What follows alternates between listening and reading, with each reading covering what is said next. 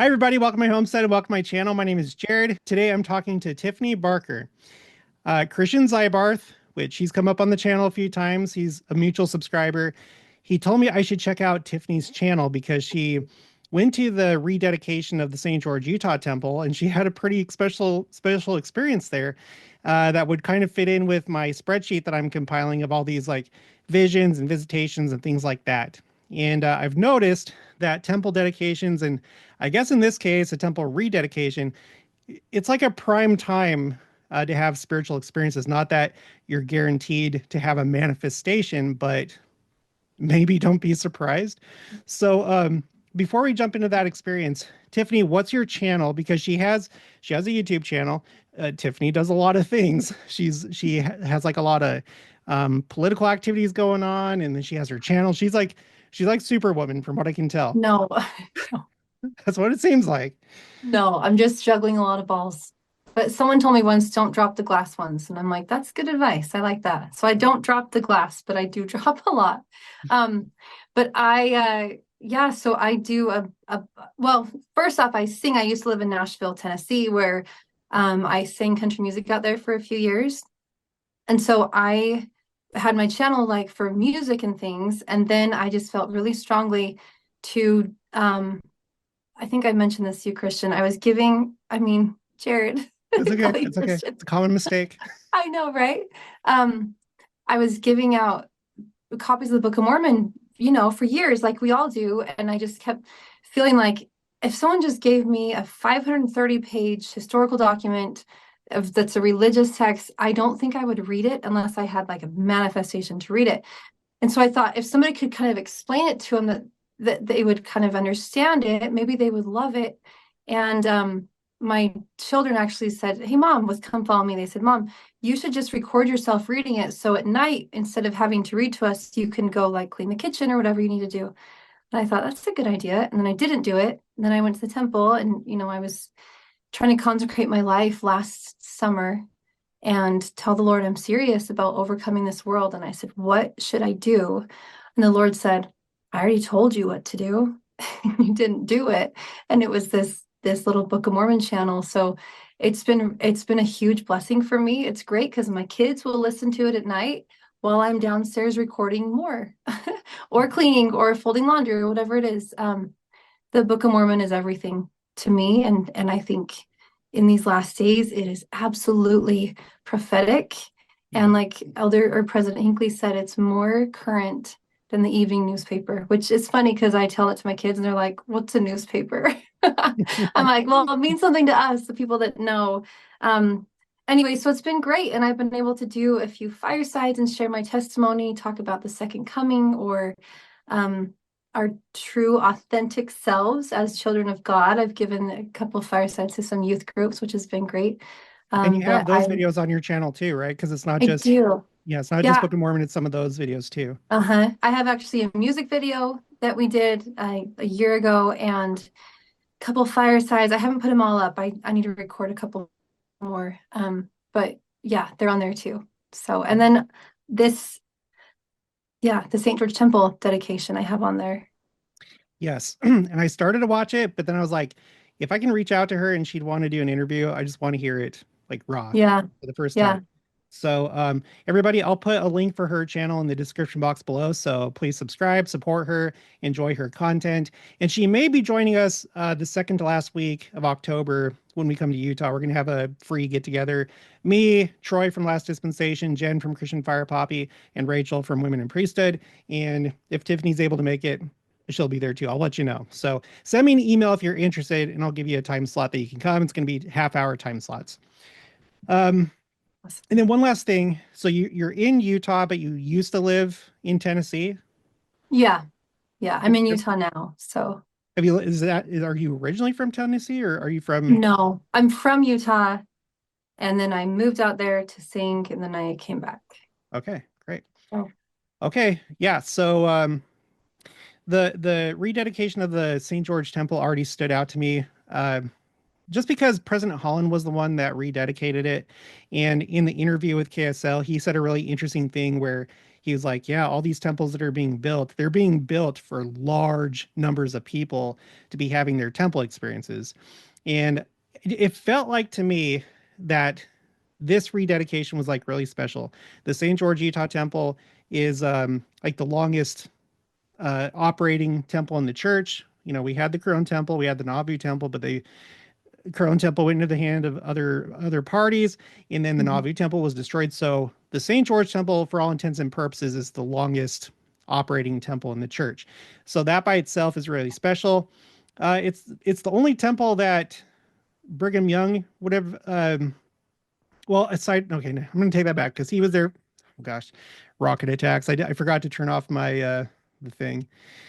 Anyway, Brigham Young never got to see the Salt Lake Temple, is what I mean. And so the St. George Temple, once they came to Utah, like that was his temple. So it's just a very special temple.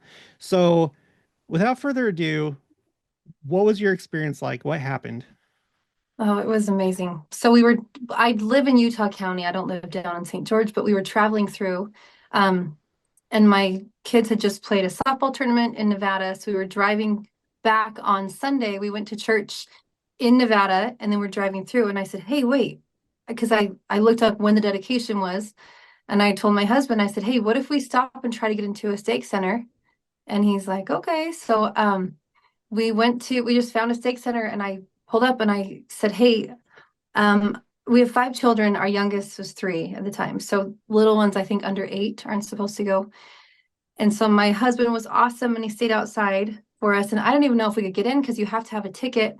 And I went up and asked the ushers at the door, I said, "Hey, we're traveling. We don't have that you're supposed to have like a specific recommend, for the dedications." And I said, "I have a temple recommend with me. I can show you. I don't have a dedication recommend. My children don't have theirs." And the usher kind of like, they looked at each other and they're like, "Just go ahead." I'm like, "Thank you so much." It was a miracle because I prayed for a miracle and the Lord just gives a miracle. So we went in, everything's totally full except the very front row, which was wonderful. So we came and sat in the front. So we're just in a steak center and it's a projected screen, where they just show what they're broadcasting from.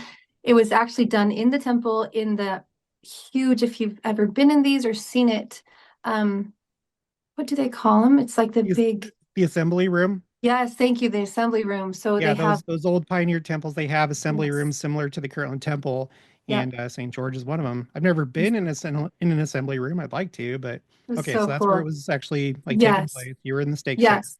Okay. So the camera shows President Holland walking in, and his son Matt is holding his arm. And this was kind of his first, we hadn't seen him for a while because Pat had passed away, his sweet wife. And he didn't speak at conference a couple times when he was really sick. And so he comes in, and Matt, his son, is really, who's a 70 now, Matt Holland, but he's really, you can tell he's really carrying a lot of weight to carry him in, to have him walk in. Um, and it was great because they have music playing as President Holland is walking in, and he is taking so much time to greet everybody in the aisles on both sides, and I adore him. He's close with my family.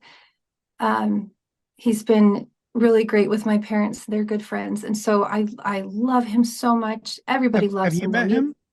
I have met him. Yeah, Dang. he is as sacred and holy as you could imagine. He's just so bright and good. And watching him come in and greet everybody on both sides of the aisle, walking down, yeah, I wondered. My degree's in broadcast journalism, so I've done a lot of like production type things. And I was just thinking, I wonder if they keep having to play the song longer because it's taking longer than they're planning because he's talking to everybody.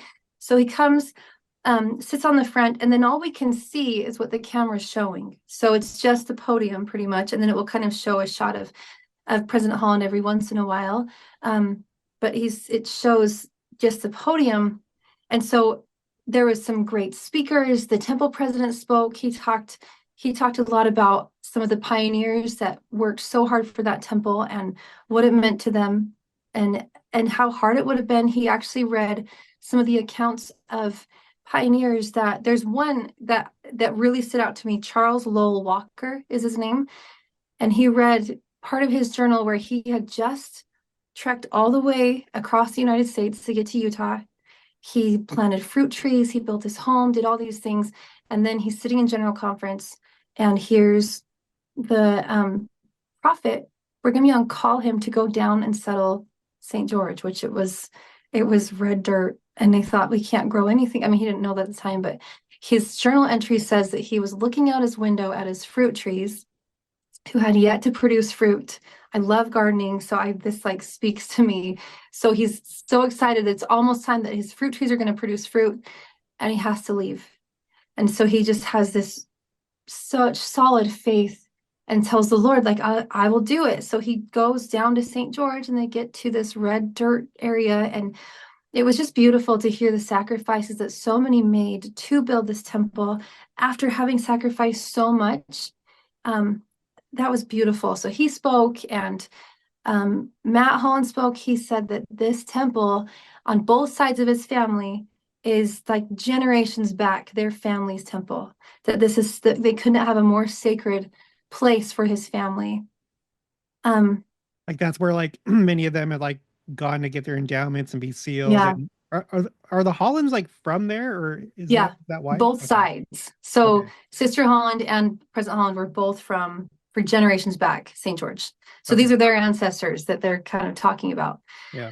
So they did great. And then President Holland gets up, and I was there with my 13-year-old, my 11-year-old, and my 8-year-old, two girls and my boy. And my husband was out with our other two. And President Holland gets up, he's wearing a white suit. And my son, who's 8, turned to me and he said, "Mom, he's glowing." And I'm like, "He is glowing." And the whole time, the spirit was so strong. I mean, just from the moment I saw Elder Holland walk into that room on the screen, even the spirit was so strong, just like thick with so much love and peace and joy. It was just beyond explanation. So then President Holland gets up and he's just so joyful, so peaceful. He just starts speaking. And he starts just telling stories like we're his friends, you know. He's like, "This was our temple." And he said, "Pat and I, we traveled the world and we saw all the 7 wonders of the world. And there is nothing more sacred in my entire life that I've ever been able to do than to rededicate this temple today." And he said, "And Pat is here with me." And he said that, and obviously she'd already passed away. And we can only see, like you see right now, just what's on the screen. So as he's saying this, he says, "Pat is here," and he turns to the side and smiles. And then he turns back and he says, "And if she could, I would have her bear her testimony because she was so good at it." And he said, "But she would hate me for it." He's like, "But she was better than me. So I wanted her to speak." And he's just like, he's looking over and over to his side. Like I'm fully expecting to see her next to him. If the camera, I'm like, can we just pan over a little bit? Because I'm like, she's there. He told us she was there. You could feel her there. You could feel so many angels. And so he's looking to the side, talking to Pat and to us. And then he says that every single person who had ever done anything to help this temple be built, sacrifice anything, came down to settle St. George, because that was all kind of working towards the temple because they need all the materials and things. He said every single person who helped do that was present at that rededication. And when he said that, it was just like the spirit just filled the room even more. And I just felt angels everywhere. And we're sitting there and we're just in a stake center. So, you know, the lights that they're kind of like pendant lights that all Yeah. above, that they kind of swing. Mhm. So we're sitting there and I look up and the light right above us, because we're the front left, is moving back and forth.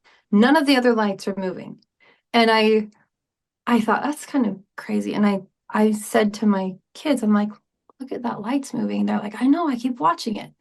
And then my son, again, he's like, "Mom, there's angels sitting in it." He's like, they're moving the light. And I'm like, "Oh, really? Okay." And I mean, there's no way I would doubt that because I felt them. I didn't see them at that point, but I felt them so strong. And I thought, of course they're doing that with my little boy sitting there watching the whole time, like, "Oh, hey," you know, 'cause that's what, That is really cute. The thought of angels kind of like I know. entertaining the Isn't that kids like sweet? in the Yeah. yeah. And just like loving this, like, yep, we're here too. And not even just the temple, we're in the stake center with you guys. And these were stake centers all over Washington County that had the ability to watch this rededication. So it was really cool. Um, so then President Holland keeps talking. Then he looks to his left and he says, before he starts naming people, he looks to his left and he says, and Brigham Young is here, like that. And I'm like, can you just pick, like, I want to see him, I'm thinking like, of course he's next to him. And President Holland says, and you know what? This podium, so he's speaking at the podium, he says this original podium had two or maybe three, I can't remember, big dents from Brigham Young's cane. And he said Brigham Young was speaking and he hit his cane into the desk a couple times because he was being very like strong with the people. And Pretty Elder Holland cool. is just, yeah, for President Holland is just laughing, like telling this story. And he says, yeah, he slammed his cane into the desk and he looks and he says, because that's just the kind of guy he is. I'm like, he Wow. said is, I heard is, I mean, it was so, I am just feeling like I'm floating. My kids were feeling this. I'm looking at people. No one's even like looking around. We're all just so focused on everything President Holland was saying. But I'm thinking we've got Sister Holland here. Brigham Young is next to him. And then President Holland starts to say some of the people that were there. And he says, we have, so he says every single person. He starts naming pioneers that I didn't know. I was hoping that I would know some of their names. I didn't know their names. But then he said, Elder Featherstone and Sister Featherstone are here. And my mind goes straight to the Featherstone letter Right. from the Atlanta Temple that very clearly says that Christ will have already been here by 2033 because he says to us, by now you've already had Christ conducting General Conference. And so I'm thinking that was so significant that he mentions them by name because he talked about other pioneers that were not as well known, but to mention the Featherstones, and I don't know all of their St. George connection, maybe they have more than I realized, but that seemed significant to me. It was really, really cool to hear him. He also said that the St. George Temple is designed and will stand through the millennium. So I don't know if that's a promise given to all temples, but I know that the St. George Temple has that from President Holland. And let me see, I have some notes here. It's really amazing. So the podium that he was at, are you talking about how in the assembly rooms you have like the three-tiered pulpits? Like you Yeah. have the one on the one side for the Melchizedek priesthood. So he was like, was it like the top one? Well, because I could only see what was on the Oh, screen, I'm yeah. assuming it was. There's kind of like a main one, because it has the priesthood offices that sit on the sides. And Hmm. then there's kind of a main one. Sometimes, actually, sometimes there's not. But I couldn't tell which one, but whichever one. Oh, and President Holland made sure that that was actually preserved. So they had it at that time, it was on display in Salt Lake. So they had the actual podium with the cane stab marks from Brigham Young. I want to see So President Nelson do that this conference. I want him I to know. change his temperament and like get I really serious. I love him so much, but I really love the bold too. That's kind of my speed is boldness. And President Nelson has been, but I haven't seen him hit anything with his cane. We could take some Brigham. There's a time for everything. Maybe we'll see that from President Oaks if he Yeah. becomes president of the church. Oh, I think we will. The judge, yeah, I Yeah. think I think we'll get Yeah, him back. right. The gavel. He'll Right. have a Well, gavel. Yeah. It's perfect. Yeah, so it was amazing. It was such a blessing to get to go and experience that. And it was really neat because at the end we sang the Spirit of God. Oh, President Nelson, he had a pre-recorded message that he shared. oh, Something that stood out to me was he said that every temple that comes to the earth that we, build on the earth brings more of Christ's power to the earth, mhm. which I thought that was so beautiful because we need his power and it's a literal force on this earth and it's stronger than any adversarial force. So I loved that. And then we sang the Spirit of God to close the meeting. It was really powerful. And we sang that, and my 13-year-old when we finished that, turned and she said, Mom, with tears in her eyes, Mom, there were angels singing with us. And I said, I felt it too. And I kept my kids there. It was so sacred. Everybody had kind of filed out, and I kept my kids there just to talk with them and just kind of get their impressions of what we just experienced. Um and my little girl, yeah, she said there were angels, and I said, okay, well let's open up the song and see what you just read, what you just saying that you felt the angels with you. So we're reading the lyrics of the Spirit of God, and we read, the veil over the earth is beginning to burst. The saints understanding, I can't remember all of it, but it was so beautiful to have that manifestation of feeling the angels everywhere. It just was thick. I mean, it felt like the veil was completely gone. I knew with all of me, if I were there, Sister Pat Holland would be right next to President Holland, Yeah. and Brigham Young would be right here on this side. I mean, just to watch him turn from here and to here, and the natural reaction is, what are you looking at? And a normal camera would pan over to show what the person, is viewing, which obviously in that setting they didn't. But it just is so amazing to me because I know that they are here. And like President Nelson said, like these are the times that all the other prophets and Nephi saw in vision, that everybody else just sat and read about, and they're watching this and we're living this. This is us now. He needs us now to step up and be bold and strong and call out sin and call out evil and testify of Christ and of his coming and his return and his reign on the earth. This is, in my opinion, I'm a little biased, obviously, but I think this is the very best time to be alive in the history of the world. Yeah, absolutely. And the rededication of the St. George, Utah temple, like all the pioneer temples, I feel like it's preparation for the second coming. I feel like it's like Mhm. getting ready for that.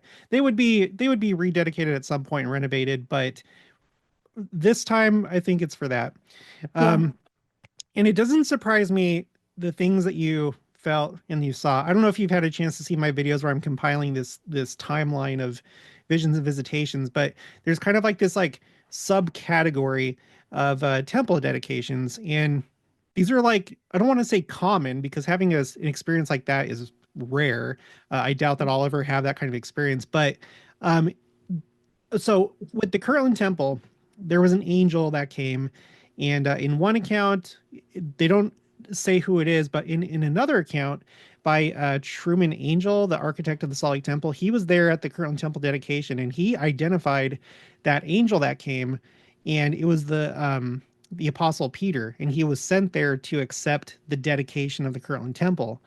And I've noticed that with a lot of these other temples, whoever is dedicating it, the prophet or whoever, will typically call out like a particular prophet that's there. So for the Brigham City, Utah temple, it was President Boyd K. Packer, and he said that Brigham Young was there, Lorenzo Snow, and also Rudger Clawson. And I have to wonder, I don't know that this is doctrine, but I wouldn't be surprised if for every temple dedication or rededication, there's like 1 cent with a party, but like 1 cent to like accept the Hmm. dedication. Hmm. So maybe in this Yeah. case, like Brigham Young was sent to accept this rededication. And then it's also, I've seen a number of times where people will see family members and they'll see other people that they don't necessarily recognize. And then the whole thing with President Holland like glowing, um, like there's like a light about him where he's literally glowing. Yeah. That's another thing. Like Hmm. I just read a recent account. One of my recent videos was about the dedication of the Provo, Utah temple. It was Harold B. Lee, and all the members of the first presidency were there. They spoke and they had like a glow, like a halo or a glow or something about them. And I think it was President Lee's wife said that she saw, I can't remember her, I think her mother who had passed away. So family members, previous prophets, um, and also angelic choirs. That's like Yeah. another thing, angelic choirs. Like Yeah. you experienced all the things that like I've come across with these different stories. So Well, I'm not surprised, but it's so special for me to hear it from you because this probably would go undocumented, maybe, or maybe Right. somebody's written it down. I don't know. Yeah. Well, because Church News just had his dedicatory prayer, which was beautiful, but it didn't include any of these other things that he said. But I didn't know. I do love your videos. I haven't seen them all, but I didn't know you were compiling. If you're compiling, I feel like maybe I could tell you one more Okay, yeah, let's have it. experience. I didn't know this was going to happen, but um, so when I was 11, the Timpanogos Temple was dedicated, and that was my temple where I lived growing up. I grew up in Orem, and that's like 15 minutes away. Now there's like two temples before you get to that one, maybe like four actually with Provo. Anyway, okay. So my parents had tickets to the actual dedication with President Hinckley. And there's stories like this that I've kept very, very sacred, very private. And then there's times where the Lord's like, it's time. It's time. And I feel like not for sure, not all of the things I've experienced, but this one I think I can tell. So I was sitting there, my parents let my sister and I go into the celestial room for the dedication, which was so amazing. And I was 11, she was 13, maybe 14. And my mom before that had told me of all these experiences where people had seen angels at dedications. My 11-year-old mind and the faith of my mom, really, she said, so if you want to, you could ask the Lord if you could see some too. I mean, so matter of fact. And as an 11-year-old, I'm like, for sure. Of course the Lord's going to give me that. And so I prayed for that, and I went, and I didn't even think that much of it, because when you're a kid, things like this you just expect it. When we get older, we start doubting things and start second guessing, and then self depreciating, like I'm not worthy of this, and I shouldn't deserve this. And this was a time where right before those awful teenage years, where you're just like, yeah, of course the Lord loves me and would give me miracles if it's his will, and I'm not going to control this. But I was sitting there, President Hinckley walks in. I already knew he was a prophet at that point, but the spirit was just so powerful in the celestial room. And I'm sitting there listening to him. I haven't shared this publicly, but I do feel like I'm okay to. And he gives a beautiful talk, and then he's giving the dedicatory prayer, and I'm just closing my eyes, and I just feel the spirit tell me, open your eyes and look up. I'm like, okay. Like I'm, a kid, don't second guess anything. And I just opened my eyes, and it was actually kind of like behind me. So President Clee was in the front of the room, and then I was led to kind of turn back, and I saw my great grandma, Granny Taylor, we call her, who'd passed away, and then two men with her, and I didn't know who they were, but she had sons that died before I knew him, and my grandpa died, my great grandpa, before I knew him. But it was so sacred and so powerful. And I thought, you're here. This is so amazing that you're here. And it's so funny. My sister jokes about this now, because she's like, that's when you like, hey, look over there. Like, let me know. I'm like, it's not like that. Like, it's not like you're just looking at something, you're experiencing something, and it's every single sense that you have. It's not something you can just explain something. Maybe it's like the feeling of love. Like, you can't tell the person next to you, like, I feel so much love right now. It's like, cool. Like, they're not going to feel that same thing or see or experience that same thing that you are. But that was a really powerful thing for me. And so I've always equated temple dedications to angels because of that experience. Did she appear the way that you remember her, or did she look different? Was it like very, very visual, or? It was very visual. She was up high, and it was like a bust. Like, it was just like from their waist on up. Mhm. Um, and she was younger, but I absolutely knew it was her. She passed away when I was 3, but my family is very close, and very, especially that line. It's a direct line that we've now traced back, is actually a direct line to Mary Magdalene, but on my Granny Taylor's side. I know Goodness. there's a lot in this. Her relatives sewed the first garments. Elizabeth Allred was her name. That was my granny's like I think, great grandma. Um, and that was under the direction of Joseph Smith, who would come to her and tell her, he said, hey, I saw the angel Moroni, according to her journals. I'm going to say that caveat. Or Joseph Smith came to her and said, that Moroni appeared to him, as we know, and he said when I saw him, he was wearing garments under his robe. And he said, and the Lord wants me to create these. And so Elizabeth Allred went and started making them. And Joseph said the least amount of seams possible. And they were trying to find the right materials, which obviously then there's not a lot of options. And she first did like a red turkey thread. And then Joseph came and said, no, it needs to be a white thread. So they had to figure out how to bleach the thread. And then Emma added a collar to make it look fancier. And it was all the way to your wrists, all the way to your ankles. It's just amazing reading her journals and then hearing that Joseph would come back and kind of be like, okay, this is good, this isn't good, we need to work on this, fix this part. Anyway, that's my Granny Taylor's line. There's a lot in that. Another one was Well, let me say something about that really quick. yeah. That's really interesting because on this timeline that I'm compiling, I'm keeping tally of the visitors, the heavenly messengers, and the one that shows up the most is Christ. But I think right after that is the angel Moroni. He's appeared to a number of people, and so I don't know. I appreciated that, like hearing. It doesn't surprise me. It doesn't surprise Yeah. me. Yeah.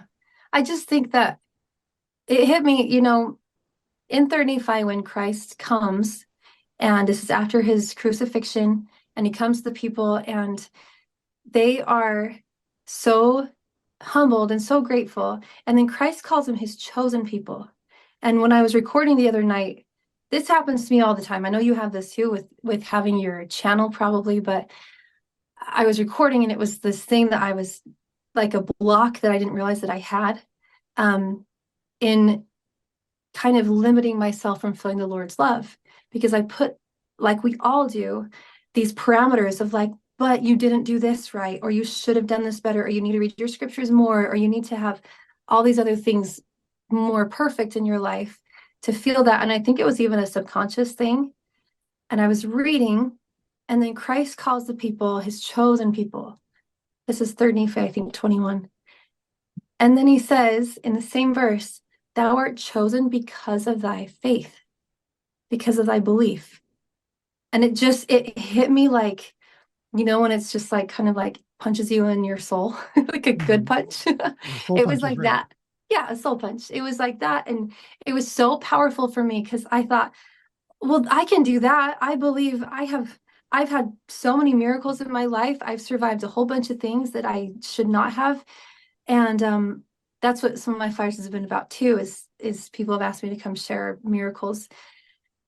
And I just thought like, well, yeah, if it's my belief in Jesus Christ and his power, oh my word, I believe that he could do anything. I believe today he could lift the mountain in my backyard and cover the valley with it if he wanted to. Mhm. And I just love that so much that Christ said it's because of their belief and their faith. And then he said, never has never has that much faith been had among any people, even among all the Jews. And so he said, because of your faith, I'm going to tarry and teach you more. Then he quotes Isaiah, he quotes Malachi 3, and then he teaches even more truths. And then he has that sacred experience with the 3 Nephites that we love so much, all the Nephites, but the 3 that want to tarry. And Christ asked, what desirest thou? I love that so much. It's our faith. So when we think of angels and these manifestations and all these incredible things, those don't convert you. Those miracles, those visitations don't convert us. We're converted before. Yeah. It can't be that we're seeking the face of Christ so that we know he's real. It's that we seek his face because we already know him. We already know that he knows us and we know his character. We don't just know about him, we know him. And I think that it's so important that we realize he's never asked for perfection. Well, okay, he says, be therefore perfect. I guess that's pretty strong. But these people were chosen in 3rd Nephi because of their faith. And they're not earning Christ's love. They're honoring his love because they've already realized how much he loves them and how fallen and how nothing we are. And then realizing, oh, you know what? Because I love him so much and he loves me so much, I want to do these things. It's like that whole debate about works, that grace, mercy, that they think that in our church we focus too much on works. But I think if we see it as we're just honoring the love that we know he has for us and what he's done for us, not earning his love and earning. Does that make sense? I don't know if It does. that's It makes perfect sense. It's essentially the difference between, another way to word it, it's the difference between just checking off the boxes, yes, for everyone to see, and actually becoming those things. Like, we're trying yes, to become like Christ and Holy Father. yes. And so when we adopt those values and make them a part of ourselves, like really like make them a part of ourselves, we don't just like Hmm. perform it like a performance, then that's the real thing and that's the goal. Yeah, And yeah, probably the more that you do that, the more you'll have experiences in your life, more personal revelation, and up to and including uh, what you experienced at the rededication. Um, there's a lot of times in these like different accounts where like not everybody necessarily sees the angels, and I'm not going to say that this right. is like a judgment if you don't see angels at a dedication, but Yes, that's what I'm trying to say. it may be that some people for some reason have a privilege, but on top of that they also have the sufficient faith. You may have the sufficient faith, and maybe it's just for whatever Yes. reason it's not for you. But I'm sure that having the faith is a key part of that. So Yeah. And I've been to other dedications between those two where I have not seen any angels at all. So please don't think this is a like yeah, like a qualifier, like you're saying. This is just for me, I love hearing stories like this because they build my faith and they kind of remind us that this is Christ Church and he is sending this now. These things are happening now. People are having these experiences and it just builds faith to me. mhm. But Well, I hope that your experiences, I mean, I'm sure they'll just remain firmly in your mind. They're like burned on your brain. You'll never forget yeah, them. I hope you write them down just in yeah, they're case. written down. Yeah, Yeah, that's big good. time. If it wasn't for people writing these things down, we wouldn't have the accounts that I Hmm. have on my spreadsheet. So there, maybe it's not always the right time to publish them. It's up to the person and how they feel about it. So like you feel comfortable doing it, you did your YouTube video, and so I just wanted to have you on my channel because this is kind of like a side interest of mine, and Yeah. it's neat to actually talk to somebody that's experienced these things. So yeah, let's just wrap it up here. So everybody, make sure to check out her channel and subscribe. She puts out a lot of good content, and she has some of those videos that, this is mostly a second coming audience, and she has some of that there, and who knows what she'll do in the future. Yeah. And then if you haven't subscribed to me, subscribe to this channel. Make sure to like the video, leave your comments and opinions down in the comments below. Also make sure to share it, and we'll talk to you guys later. Thank you.